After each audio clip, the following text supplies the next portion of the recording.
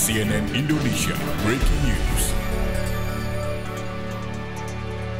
97 Pak, disebutkan tadi dengan apa? Kontribusi adalah sumbangan.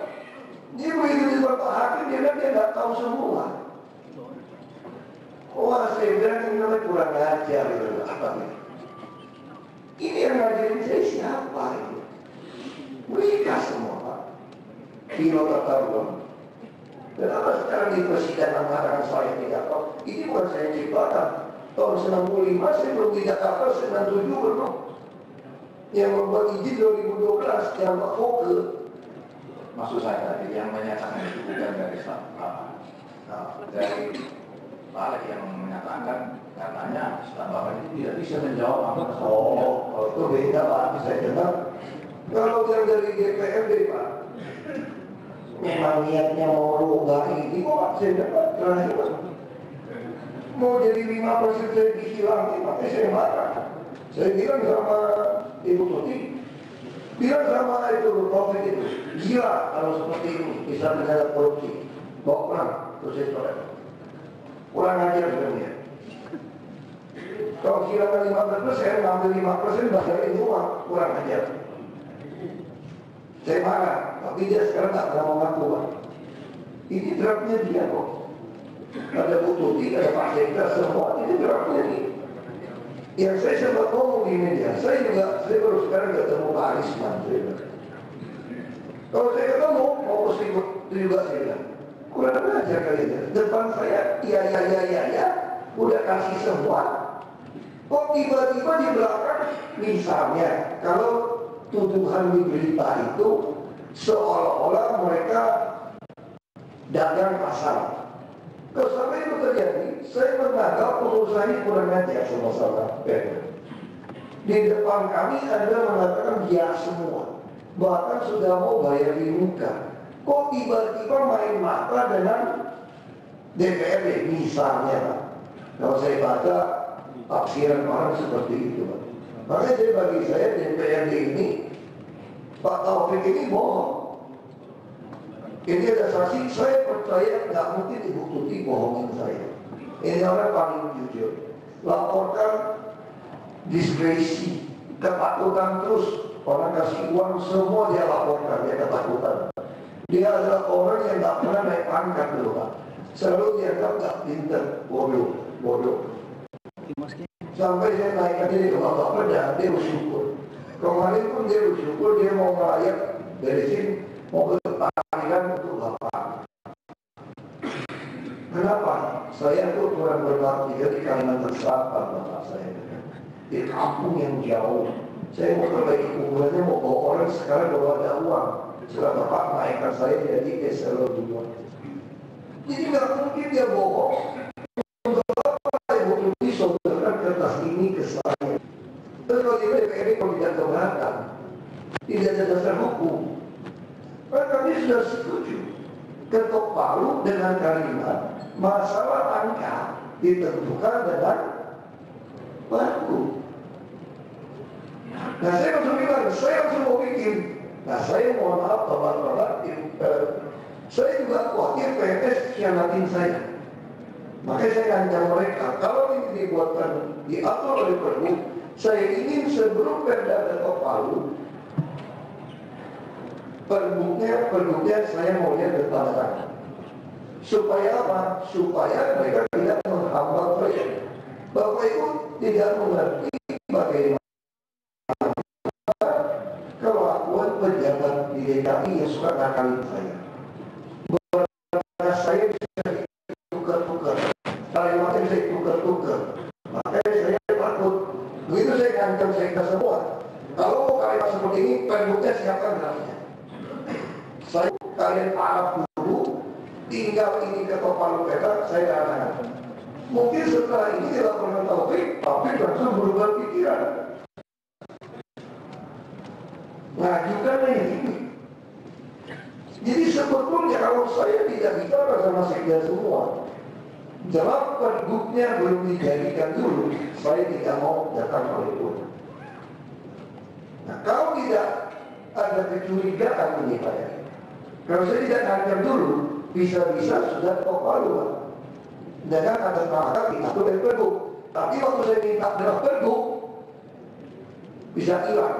Seperti Pergub koefisien luas bangunan saya. Itu zaman pejabat yang lama, 2 tahun hilang kalau kemana draftnya, kamu bergerak. Karena dari raise semua keberatan, menambah ketinggian bangunan, dikenakan bayar. Semua anggota raise ribut, tapi nggak ada di depan saya, lewat pejabat. Jadi draft Pergubnya hilang 2 tahun, sampai pecah semua. Baru saya bikin, sekarang dapat hampir 4 triliun. Itulah Semanggi, Dusun semua. Jadi uang situ. Yang lokal nggak mau, tapi yang Jepang, yang perusahaannya TBK, mereka mau. Nah, saya khawatir Pergub reklamasi ini modusnya akan sama dengan modus Pergub tentang koefisien luas bangunan ketinggian gedung. Kalau itu ditunda setahun saja, Pak, karena 2 tahun, saya mungkin sudah tidak jadi gubernur lagi. Karena semua orang berharap saya tidak jadi gubernur lagi. Digelar hari ini di Pengadilan Tindak Pidana Korupsi Jakarta. Baru saja Anda saksikan Gubernur DKI Jakarta Basuki Cahayapurnama datang untuk memberikan kesaksiannya.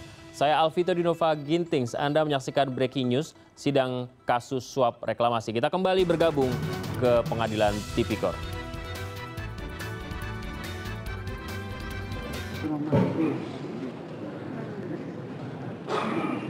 Saudara saksi Bapak Setia, saudara sudah banyak menjelaskan terkait dengan usul ketentuan normatif yang berhubungan dengan reklamasi ya, baik dengan Perda maupun Perpu maupun yang lainnya.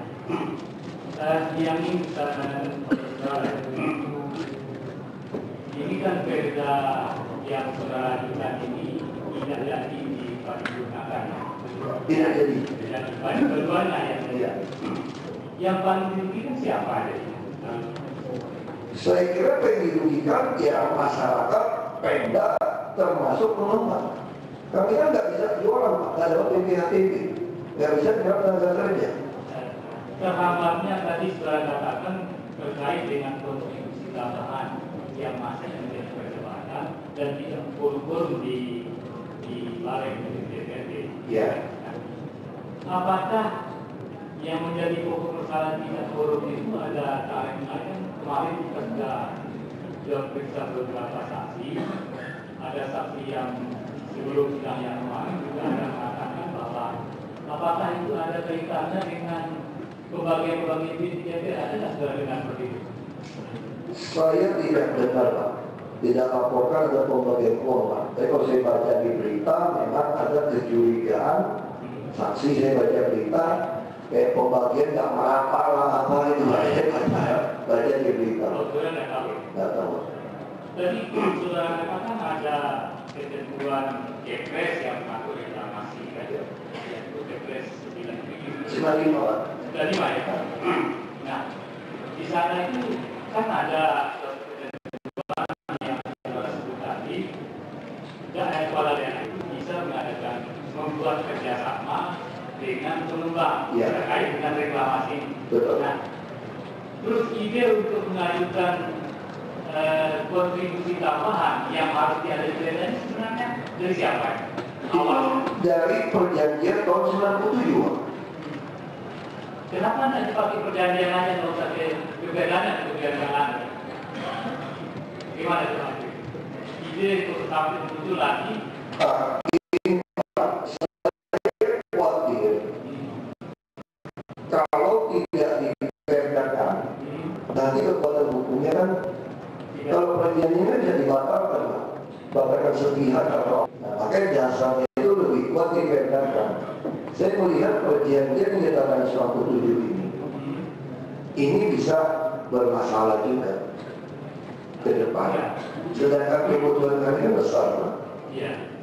Bukti ini yang terjadi 97, dia 98 begitu respon, dia batalin, Pak. Dia tidak mau bangun. Dia janjikan kami, dia ini menjanjikan membangun rumah pompa dan dog storage di Kali Sentiong 1 triliun, Pak. Akibat dia membatalkan ini, pompa Sentiong itu berantakan, Pak.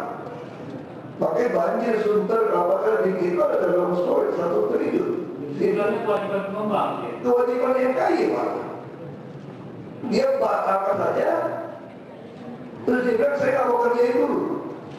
Kami kan nggak bisa nunggu, Pak, kalau banjir, Pak. Masa mesti nunggu dia selesai dulu, baru.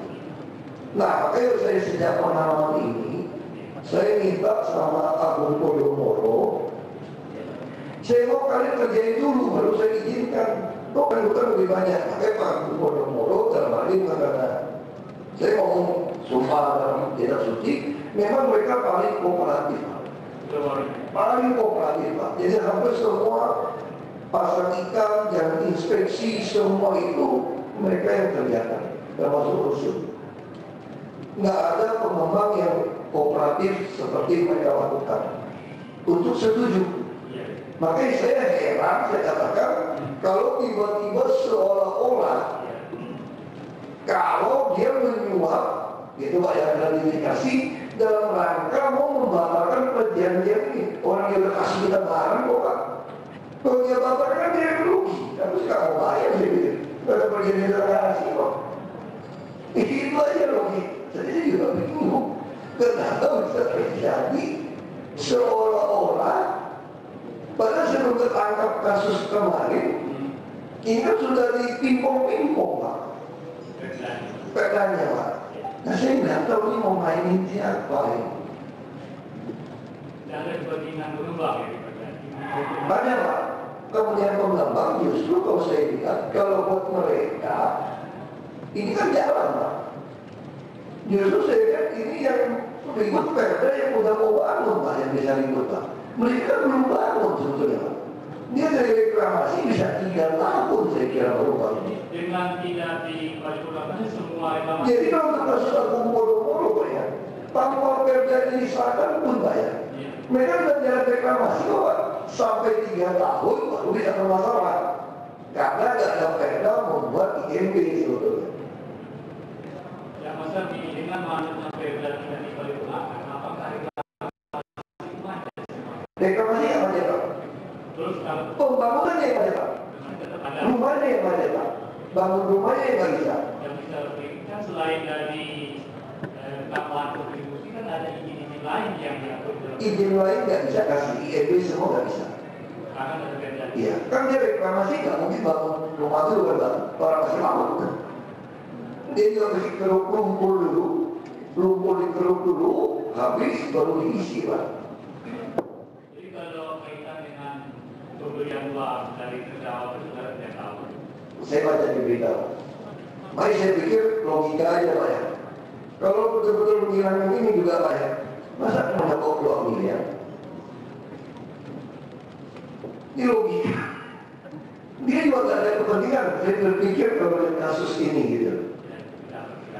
Iya, pendapatnya Bapak bisa boleh maaf. Saya yang berpikir, makanya saya kalau sampai itu terbukti di pengadilan, pengembang menyuap dewan, berarti mereka menusuk saya.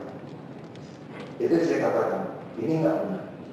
Anda berjanji sama saya, sudah kirim barang ke saya, kok tiba-tiba Anda menusuk saya diam-diam. Depan saya ini manis-manis. Nggak pernah ngeluh soal keberatan. Saya bilang ini wajar, karena untuk 70 batu DKI 30. Kami mau bikin trotoar saja 2.600 km. Ini bisa 40-50 triliun. Duit dari mana? Nggak mungkin kita menggunakan uang APBD bangun infrastruktur semua sampai saya selesai pun belum jadi nih barang. Nah ini ada reklamasi pulau, kesempatan DKI dapat bagi untuk bangun. Iya, perjanjian. Mau bangun apa? Ditulis Pak semua, Pak. Di sini dibuat perjanjian lengkap, Pak. Mau sungai mana, semua lengkap. Ada mana? Nggak ada yang pernah ngomongkan sama-sama.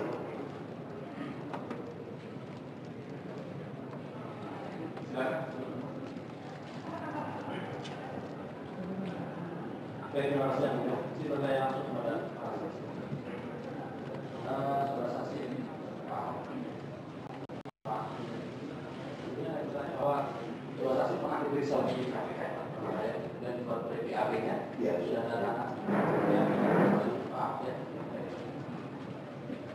Yang pertama yang kami tanyakan terkait dengan masalah reklamasi ini adalah di fakta persidangan ada dua izin, yaitu izin prinsip dan yang kedua adalah izin pelaksanaan reklamasi.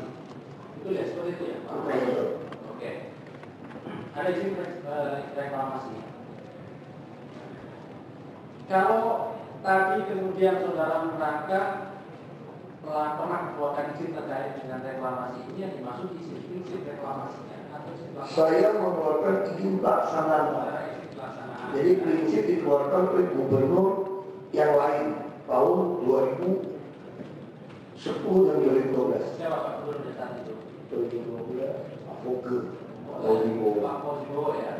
Baik. Kemudian saudara tadi izin pelaksanaan reklamasi atau 2000. Saya mengeluarkan izinnya 2014 dan 2015. 2012 saudara Belum jadi gubernur, belum jadi wakil gubernur itu.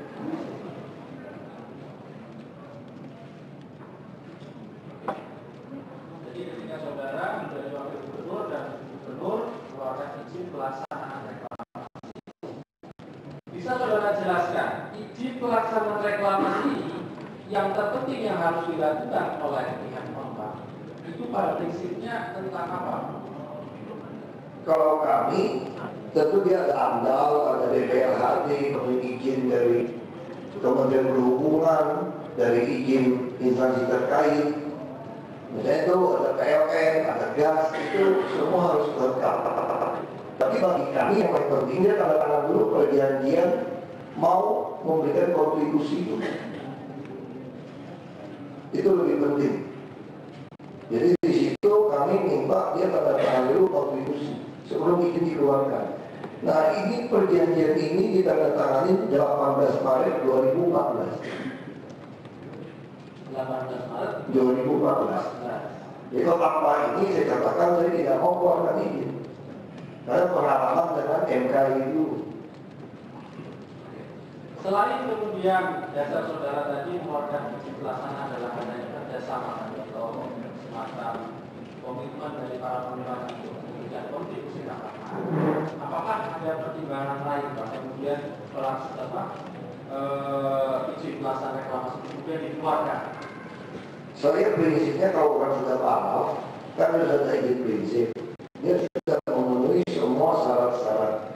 Kalau itu sampai ke meja saya nggak bisa tolak. Baik. Jadi saat itu syarat-syarat yang dimaksud apakah memang sudah lengkap atau seperti apa? Sudah lengkap Pak Sulo. Analisa dampak lingkungan segala macam itu kan dia lewatin para teknis begitu banyak. Sudah lengkap ya. Baik. Kalau kemudian izin pelaksanaan ini tadi kan sudah menjelaskan reklamasi itu perlukan tadi izin pelaksanaan, izin prinsip dan izin pelaksanaan. Apakah kemudian batasan mana kemudian izin pelaksanaan ini dapat dilakukan oleh pengembang? Batas apa? Mereka bisa langsung nimbul, Pak. Langsung nimbul. Bisa nimbul. Pada izin pelaksanaan sudah bisa nimbul. Nimbul ya. Jadi hanya sebatas penimbunan. Iya, nggak bisa bikin bangunan, Pak. Tidak bisa bikin bangunan. Baik. Apakah pernah sebagai ini kan di izin pelaksanaan yang saudara keluarkan tanggal 23 Desember terhadap pelaksanaan produksi PT Parawatisa dengan kerja-kerjanya dalam beberapa Pak Asman. Di situ kan dijelaskan bahwa ada laporan yang dapat secara berkala yang diberikan dari pihak pengembang ini kepada gubernur. Di poin ketiganya.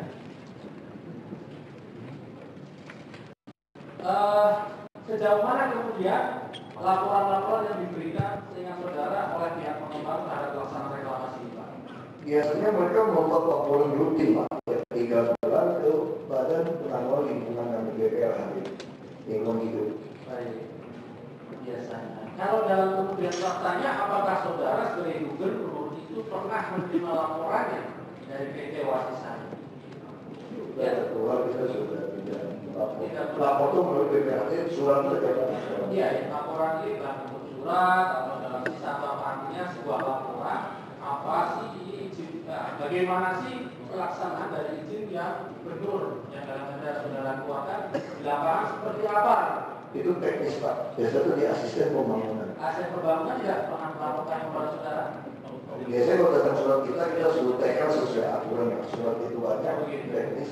Kita tidak mungkin pelajari teknis lagi.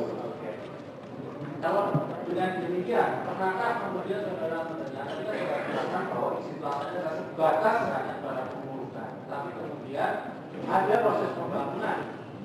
Mari saksi bisa sih ada pulau B, D, kemudian ada pulau G, ada pulau yang pada pokoknya ada yang juga dilakukan pembangunan. Ada pulau C dan D.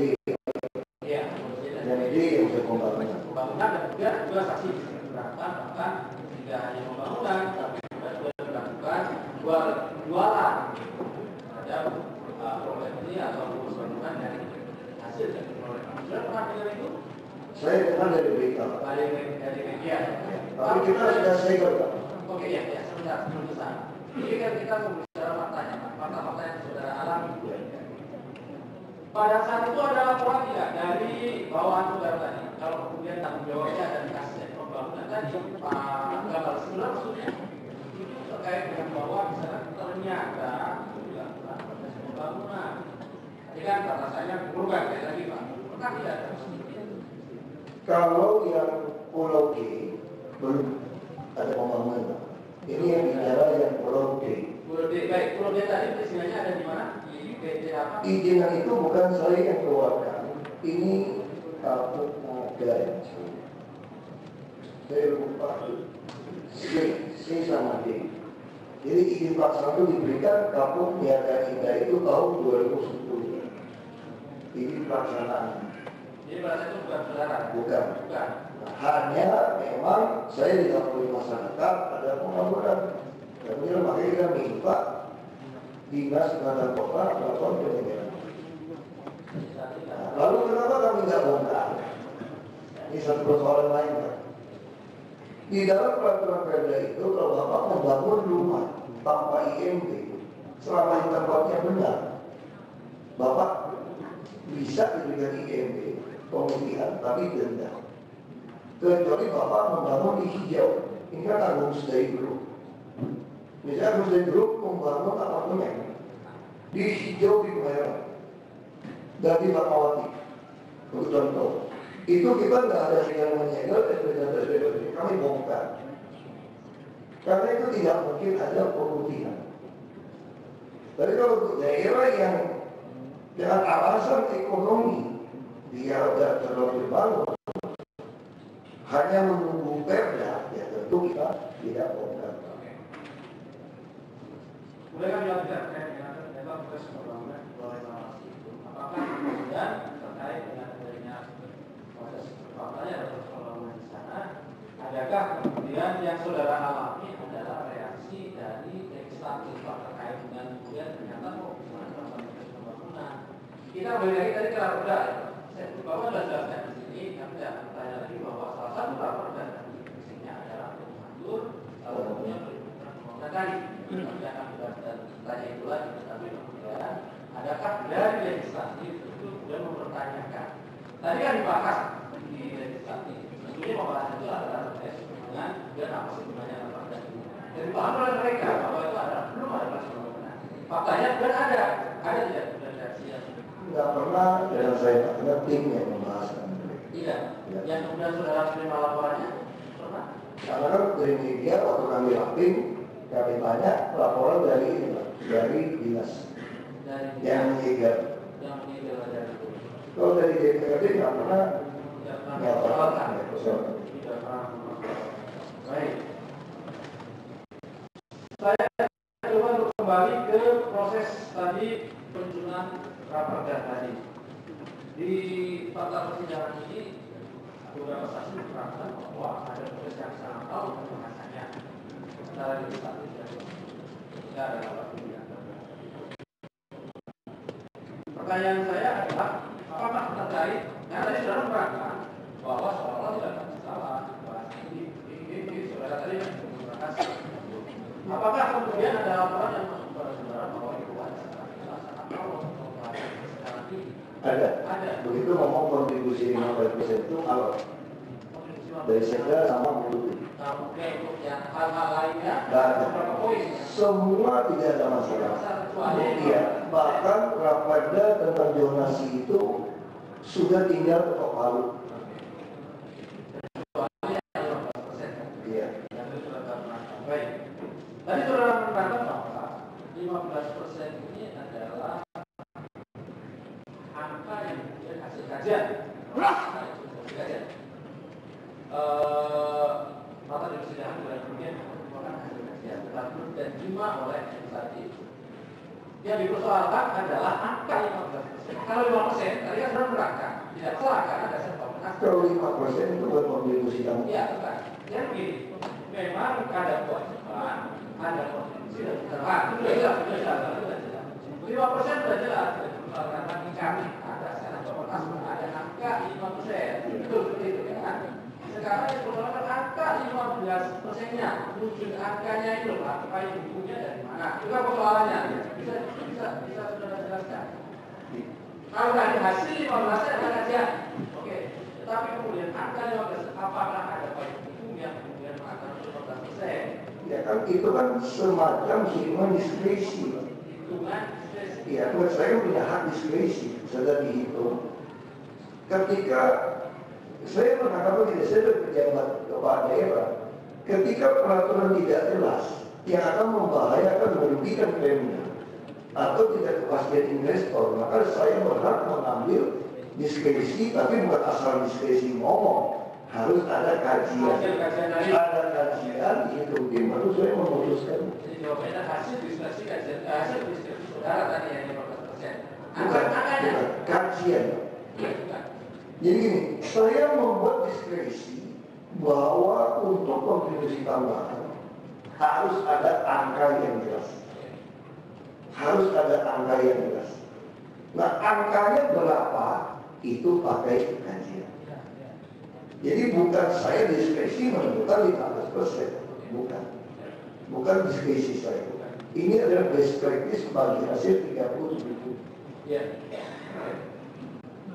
Ini kemudian kemudian Sidang kasus suap reklamasi yang menghadirkan Gubernur DKI Jakarta sebagai saksi masih akan kami hadirkan sesaat lagi. Kami akan kembali.